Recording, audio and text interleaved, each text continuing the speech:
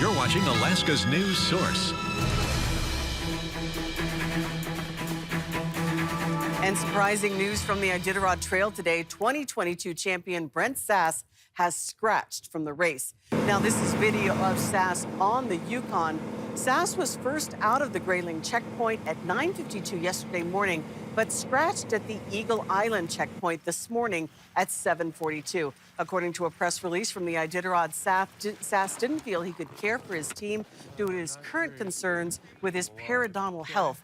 He has 3 cracked teeth. Sass says he hasn't been feeling well for most of the race, and his dogs knew something wasn't quite right. And they've been noticing it the whole time. They've been doing a good job of keeping it positive, and you know, with me kind of being bummed out just because I'm not feeling so hot, and I put on a pretty good facade in the checkpoints and whatnot. But you know, when it's just them and us, then me and them, that, you know, they're definitely picking up on the fact that I'm not feeling so great.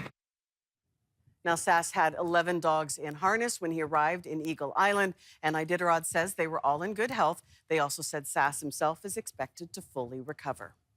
Well, another musher scratched this afternoon. Rookie musher Greg Vitello scratched at the Iditarod checkpoint. Now, according to a statement from the Iditarod, Vitello contacted the race marshal and asked for assistance to get back to the Iditarod checkpoint. The statement says he scratched in the best interest of his team. He had 12 dogs in harness, and according to Iditarod, they're all in good health. And the Iditarod is a tough race. It's even tougher when you don't have a dog team. Hey guys, you have fun without me? Yes, Eddie Burke Jr. lost his team sometime last night outside of the Eagle Island checkpoint, 15 to 20 miles out, according to Burke. He said he was dozing off, caught himself as he was falling asleep, and stumbled, falling off his sled. The team ran ahead, arriving at the checkpoint without their human guide. You know, it puts me a few more hours behind now because I had to walk for quite a while.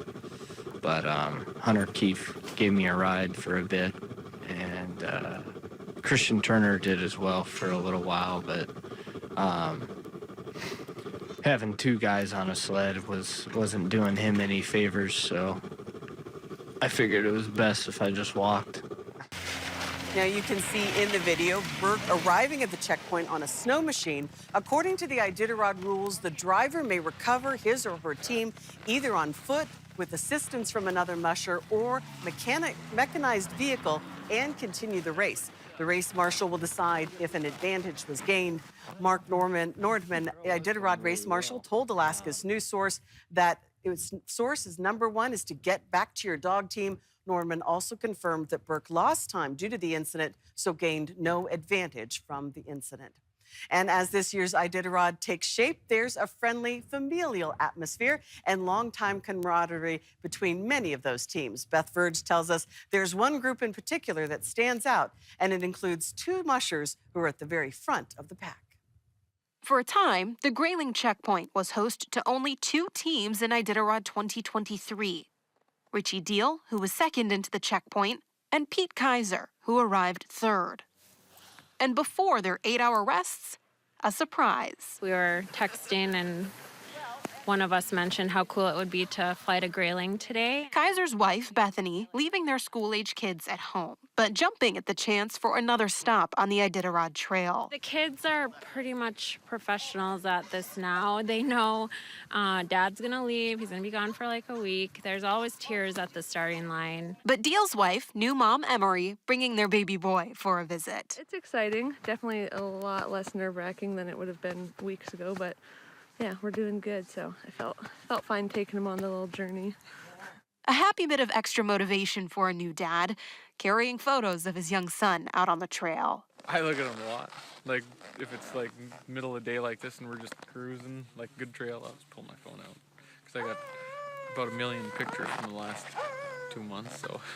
I had no idea they were coming, so beautiful day to fly up from Bethel, and yeah, I don't think they're spending the night or anything, but it's cool to see them. As it has been for years, a family affair. It's truly the best. I mean, this is grueling. There's so many ups and downs in the race that Yeah, it can be pretty miserable sometimes, but it's so nice to have her, just a phone call away. With best friends on the trail and off, making it that much more meaningful. It's awesome to have the support and have, just people who know what we're going through and live the same lifestyle as us. And yeah, Bethany and I have been best friends for, I don't even know how long, since elementary, junior high. And so yeah, we're very close, and it's nice to have her to go through all this with, and have wild adventures where we decide in the morning to just hop in the plane and go. And yeah, it's nice to be on the trail.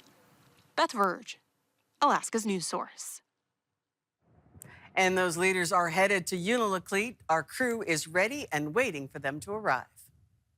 We have ice cleats on the ground in Unalakleet, mile 737 along the Iditarod Trail, and the first checkpoint along the western Alaskan coast before it is the Race to Nome, which should be a good one given how this race has unfolded and what can happen during that final stretch. Now, the leaders could be coming in as early as 3 a.m. here into Unalakleet, depending on how long they snack or rest and feed their dogs there along the 85-mile trek from Caltag to Unalakleet. And in that leader pack, we will see a couple of mushers who are familiar with this area, the Cusco boys, Pete Kaiser and Richie Deal among the front leaders. But as I mentioned, it could be the middle of the night, so we're going to try to get one eye of sleep and one eye on the trackers, and we'll keep you updated along the Iditarod Trail. But for now, we're going to be sending it back to the studio. And looking at that leaderboard, the top 4 are out of Caltag, headed toward Unalakleet. The rest of the top 10, including 2 rookies, Eddie Burke Jr. and Hunter Keefe, are all into Caltag. Kelly Maxner and Mila Porslid are taking their 8-hour layovers in Caltag. We'll catch up with Jordan and Carly when we get back tomorrow.